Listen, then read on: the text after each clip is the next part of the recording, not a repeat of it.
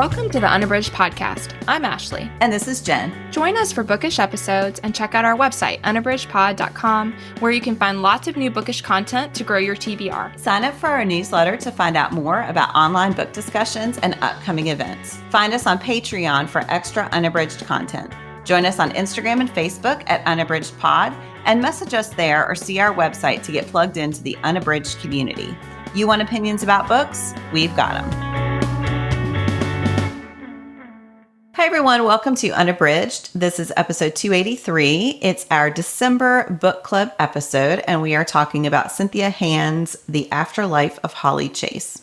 Before we get started, I just want to remind everyone once again about Patreon. We have a great selection of backlist episodes and resources that you can access if you'd like to help support the podcast. And Patreon has a new feature where you can buy individual guides, and we've published a lot of those there. So book discussion guides that you can use if you're a teacher or for your book club. So you can check all of that out at patreon.com/unabridgedpod.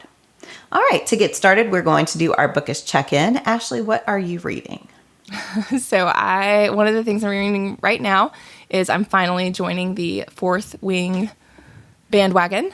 I have waited a long time to read this one, and partially it was because I was trying to let the series come along farther. That was the strategy, was just to be like, okay, now Iron Flame's also out, and then the third book, I believe, is this right, Jen? Is on the horizon. Yes. So all that felt good, but also I told Jen before we started recording, I've been holding on to it and not knowing what I was holding on to it for, and it was just one of those moments where it's like, the moment has arrived. The library hold comes in, and you're like, yep, this is the time. This is the time to read something fun and fluffy and easy and very immersive. So I haven't read very much, and I am embarrassed to give much of a summary because I feel sure that most people listening know more about this than I do. But that's okay. So again, this is Rebecca Yaros's Fourth Wing, and this is the first in the Empyrean series. And it starts out with Violet Sorrengail. One of the things I'm really enjoying in this book is all of the naming. I really like the names in this book. So Violet Sorrengail is our protagonist, and she is in a society where people have been trained to go into different quadrants of their society, and she has been trained as a scribe.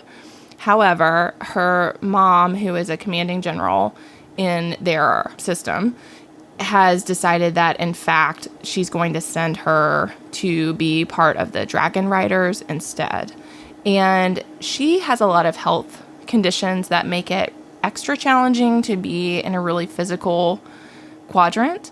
And so in a lot of ways, it seems like a terrible situation. But her mom, I guess, there were several different reasons that she sends her in there. And her mom's pretty merciless in her decisions and pathway. And so Violet does have an older sister, Mira, who has been with the Dragon Riders, but of course she was trained to be in them and had grown up doing it, but she is really successful. And so Mira tries to convince her mom to not send her, and that doesn't do her any good. But what she does do is tries to equip Violet with what she might need to get by. And so I'm at the very beginning, and I'm just seeing her go through the trials that happen right away. And these cadets that come in, I mean, it's a very brutal dystopian situation, and there's a lot of death right away. And Violet is watching that all around her. And yet we see her determined, despite people around her who love her and are trying to help her get to the scribes instead, which again is what she's been trained to do. We see her determined to stay and to make it work. And we also see her pretty early on grappling with her own sense of what's right and what's wrong, and then making decisions based on that, and how that kind of butts up against what some of the society has in place as far as the rules. So I'm really loving it so far. Again, I haven't read very much, but it's been fun. And I'm sure many of you are like, yes, I know all about this. But again, that's Rebecca Yaros's Fourth Wing, and it is a perfect comfort read for me for this season and time. Yes, that's such a great book. Oh, and you've got the second one ahead of you. And yeah, I can't remember exactly what the planned pub date is for book 3. I think it's in 2025, but I'm not sure. But yeah, that book, swept through. I just loved it so much. Yeah, it is a lot of fun. And I foresee that I might have a lot of fantasy and, other like sci-fi kinds of books in my 2025 horizon. So we'll see. What about you, Jen? What are you reading right now? So I just finished this book this morning, so slight cheat here, but I did want to share it. It is Mona Susan Powers' A Council of Dolls, and we always record a little early, so this is actually the Read with Tony Buddy Read pick for November. And I absolutely loved this book.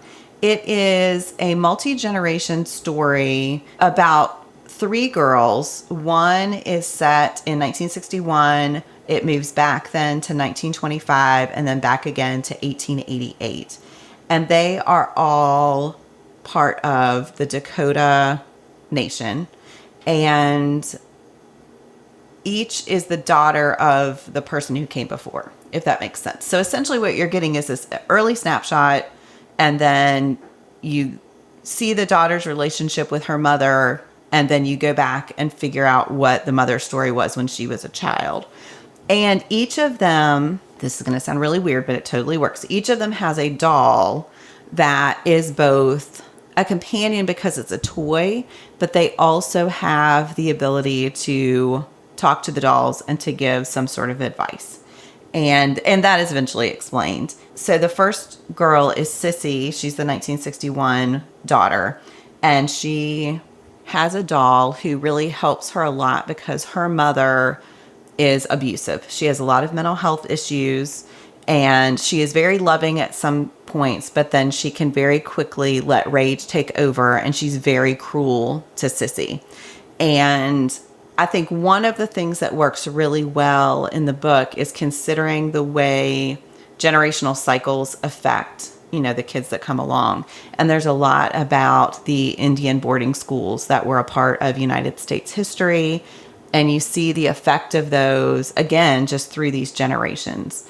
And yeah, so each daughter, you really are only with them for a short period of time. So it's not like you see most of them grow up, but that short time is enough to help us understand how the history of their family and of their people, it doesn't stop with each generation. It just keeps on rolling.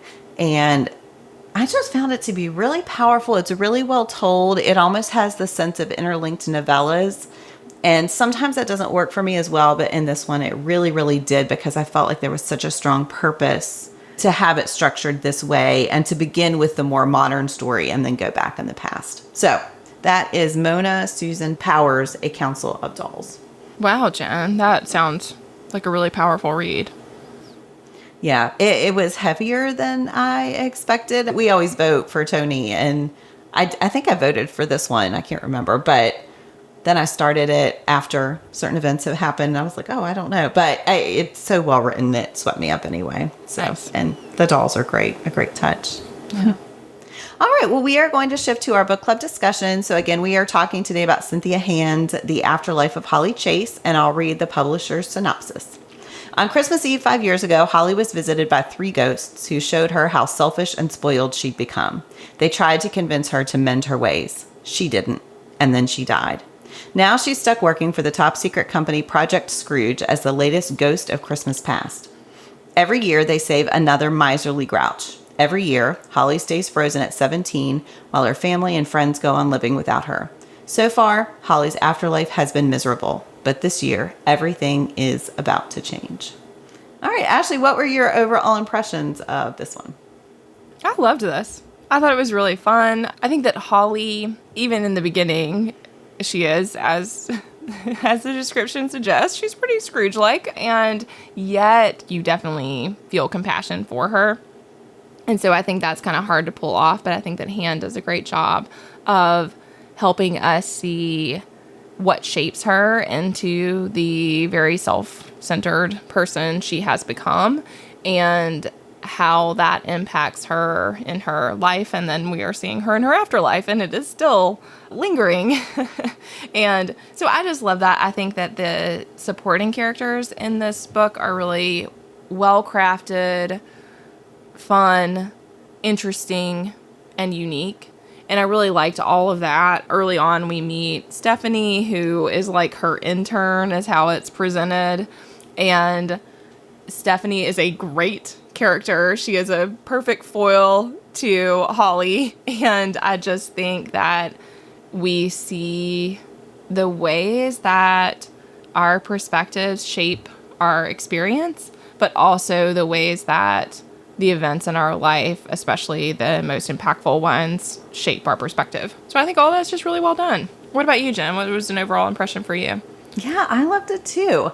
I was reading another book right before starting this one, that another holiday book that will remain unnamed, but it was not working for me. And I started this, and it was just such a joy and such a relief to read. I feel like Hand is such a confident writer, and she was able to give us a sense of Holly's character so quickly, and to present her as, like you were saying, like she's a complex character.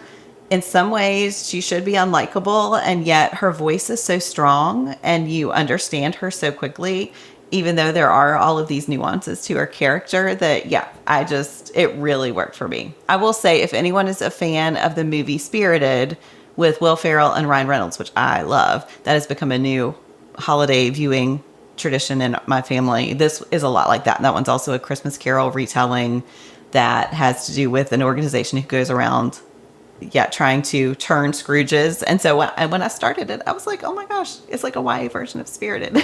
Oh, fun. I haven't seen that movie. I will have to watch that. That sounds It is really great. good. Yes, it's on Apple TV. I need to write that down. That sounds fun. It's a lot of fun. So I really thoroughly enjoyed it. I love A Christmas Carol. I love Dickens. And I thought the way Hand used her source material was so smart. I just loved it. It was great. Yeah. I think that's a good point about the source material, that not only do we all know the story, but Holly reminds us that they all know the story. And so I think like that works really well, that just sort of tongue-in-cheek approach to saying like, yes, this is exactly what is happening, and it is going to play out in exactly this way. Sometimes I don't like that kind of thing, but I felt like in this setting, she just handles it so well that it makes it fun. Yeah. All right. Well, what's one specific thing that worked for you? I think I'm going to hone in on Holly and Ethan, and her getting to know Ethan's experience and what makes him who he is.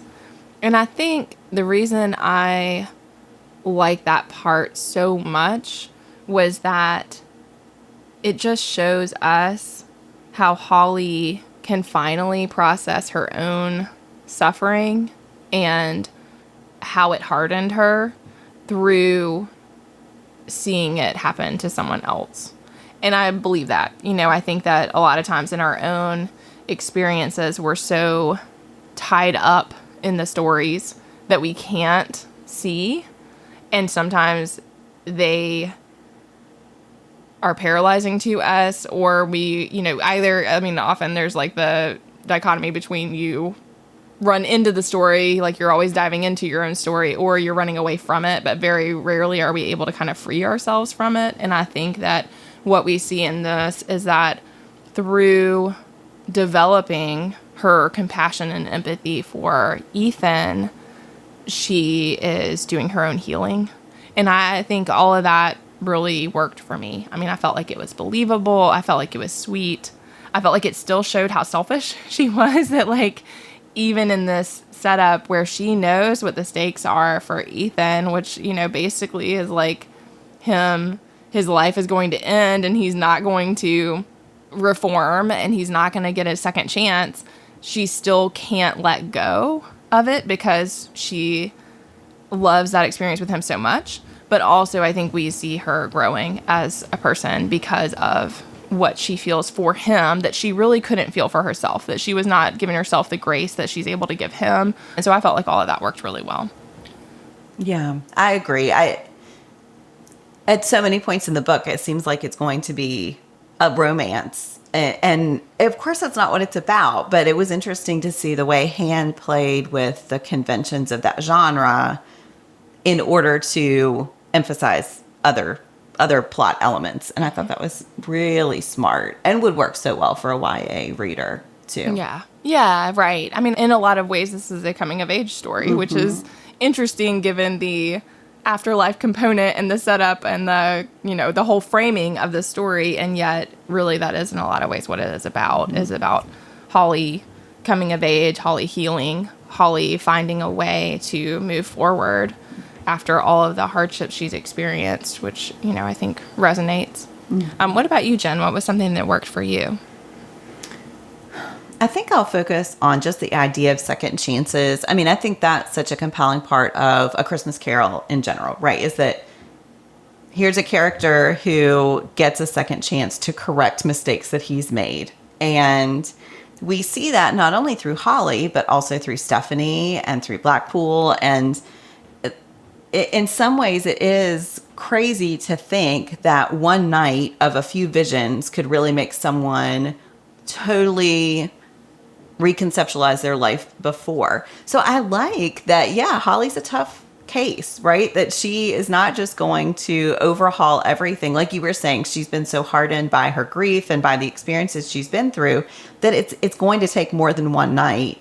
She's really savvy to truly see things through a different lens. And the idea that the whole team is having that second chance as well to get through to her in a way that they couldn't before, and that she's able to allow Ethan that second chance as well. Yeah, all of that just really worked for me. And I think it's such a nice new vision of what Dickens' original story was. That here's someone who has some good in him, as everyone does, and giving him that second chance means that he'll correct his mistakes. It just takes a little longer for some people. Yeah. I really like that. Absolutely. A little bit longer, a little bit more opportunities to see from a new perspective. Yeah. Mm-hmm. What's a quotation you want to discuss, Ashley? Oh, this is consistent with what you shared, Jen, and it's a really short one, but it did resonate for me. And it is just, it's never too late to become what one could have been. And I think that's really at the core of a lot of what we see in this story, and exactly what you said, Jen, that this is really about second chances. And it's a hope for the reader. It's a hope for the characters in the story that we can be human and be flawed and be selfish and make bad decisions, and yet we still can do better. And I think that's just really lovely. And I felt like we didn't really talk about Boz's character, but I love the role that Boz plays in Holly's life, or in her afterlife, as the case is, where he is so much about helping her come to her own conclusions. And I think we just see that playing out. And there are so many times that the reader might want things to be smoother or easier for her, but then we also are seeing how it is through the hard work that she's doing that she's finding that change. So I feel like that is one of many examples of quotes in the book that I think are consistent with that message. What about you, Jen? What's a quote that you wanted to share? I had a couple. I think I'm going to go with this one. I knew what it had been like for me to see my mother again, even if it was just a shadow of things that have been. Seeing her had made me remember all that I'd slowly been forgetting, like the shape of her lips when she smiled, the way she smelled like jasmine, that habit she had of clicking her fingernails on the table. All of those things about her had been fading out of my memory, but then suddenly she was right there in front of me, beautiful and vibrant and alive. And I think that really resonated with me because the book really is so much about Holly's grief for, after losing her mother, and the way that did make her change in a way that she had to work through. And I think as someone who's lost a parent, just that emphasis on the little things that made them unique. Of course, you have big memories, but you also have small memories about just little quirks that made that person who they were. And that really resonated, that what a joy to be able to cherish those memories again. And so I thought it made sense both that was meaningful to Holly, but also that was something she wanted to give to Ethan, and how meaningful that was to, yes, it's sad, but it's also a comfort to have those memories again. I thought that was really beautiful. Yeah, I thought all of the exploration of her, where she's doing the work of finding the memories to share, and how we see her uncovering these memories that Ethan has with his dad, but also how there are so many memories that he can't touch. I thought all of that was just really well explored. And yeah, I think you're right, Jen, that like at the core, this is a lot about grief and about how we learn to handle and carry that grief or don't. In a lot of ways, she really rejects it. And then that's a lot of what makes her into this like really hardened person. And we see that with Ethan as well, that instead of maybe some healthier avenues of dealing with the grief, they wind up very alone, very isolated. And then with some people who really, with Yvonne for her and with his grandfather, who are influential enough to accentuate all the wrong things for them. And then that those things are how they survive, but of course are not how they're going to be benefiting the world or taking care of other people or feeling the things that we need to feel in order to have a positive impact with our lives. Yeah, I thought all that worked really well. So what book would you recommend as a pairing for this one? So I think I'm going to go with T.J. Klune's Under the Whispering Door. I loved this book. And I'll give a little bit of an overview and then just kind of comment on why.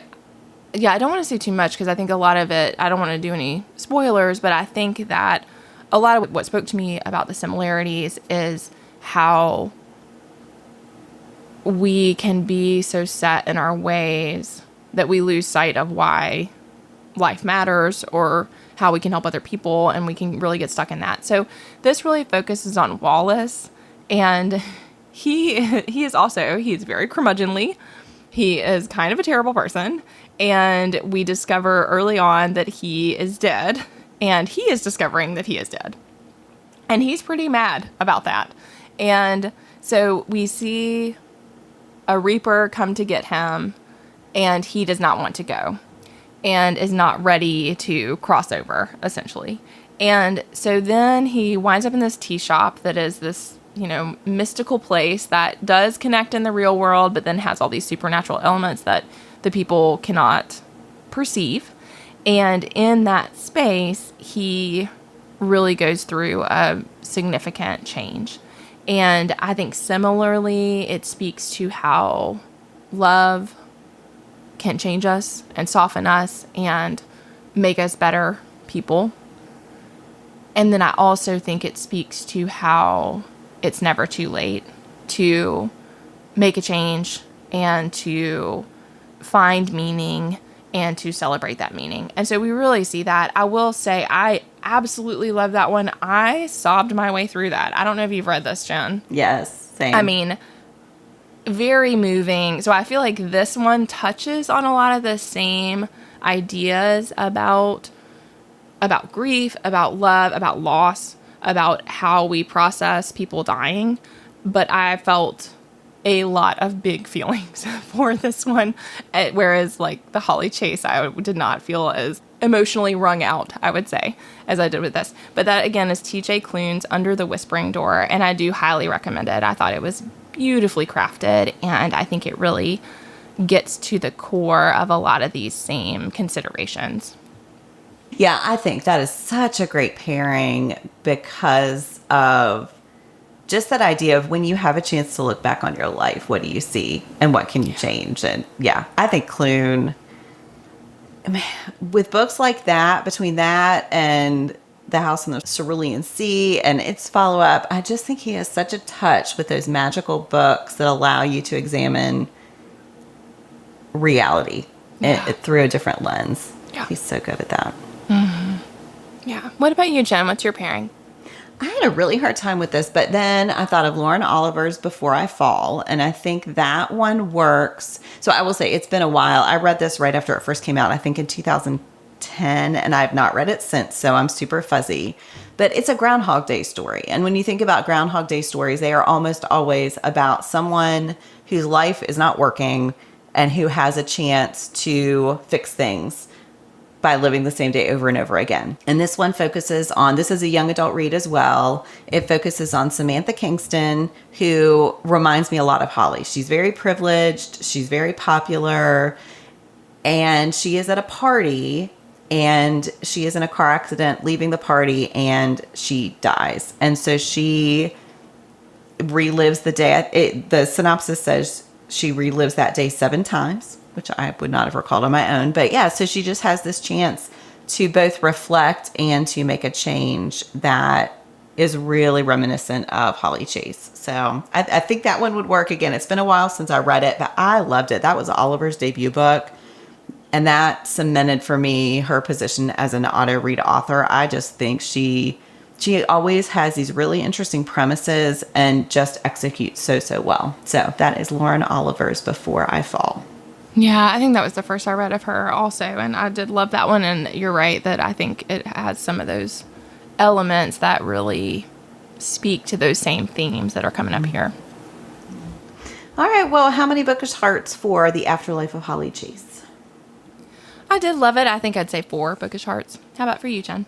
Yeah, I was thinking 4.5. I mean, it's slight in some ways, but I think it does have that underlying serious message that really worked for me. So yeah, I really enjoyed it. Yeah, and I would say I'm always wanting to read holiday reads, but a lot of them fall flat for me. So this is definitely one that I would highly recommend if you're looking for seasonal reads, because I felt like in that pool where sometimes they don't hold up, I think that this one is a great story and it works really well. Yeah, agreed. We are going to end our episode with our unabridged favorites. Ashley, what's something you want to chat about? Jen, I never prepare for these ahead of time. And every time I'm like, why didn't I think about this? This time I'm going to share The Great North, which is a series that I have watched the entirety of before. But again, comfort reading, I'm also comfort watching.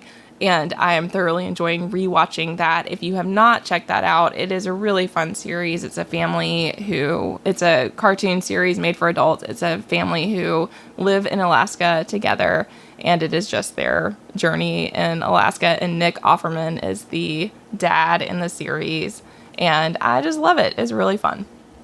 What about you, Jen? What's your unabridged favorite for the month? Mine is also a TV series. It is not a comfort watch. So if you liked Succession, this might be for you. It's called Industry. I first heard about this on Pop Culture Happy Hour, and usually their recommendations work for me. So this is on Max. It is extremely explicit, so definitely not safe to watch with your family. It takes place in a bank in London that is like in the financial hub. So it's like all about stocks and bonds. And I don't really understand any of that. And it's fine. You don't have to. But it focuses on people who are just out of college and they want to get into this business. So they are sort of interning there, trying to prove themselves so they can get hired in the first season. And it's really crappy. They're hazed essentially by some bosses who just take great pleasure in humiliating them. But you also see how they start to emerge with these distinct personalities and way of doing things. Of course, they are all brilliant in different ways, but some are able to make that brilliance work. And you see the toll it's taking on them as people. So it is dark and very cynical, but also really good, really well written, really well acted. So again, Succession, is probably the closest comparison I can think of. So I'm really enjoying it. There are 3 seasons out so far, and each has like 8 episodes, so it also doesn't take long to get through. So that is Industry.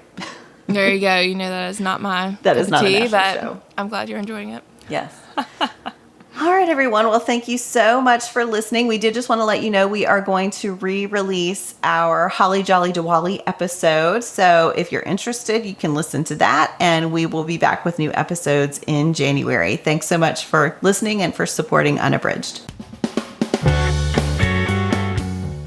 Do you have comments or opinions about what you heard today? We'd love to hear them. You can find us on Instagram, Facebook, and Twitter at UnabridgedPod, or on the web at unabridgedpod.com for ways to support us. To get more involved, you can sign up for our newsletter, join a buddy read, or become an ambassador. Thanks for listening to Unabridged.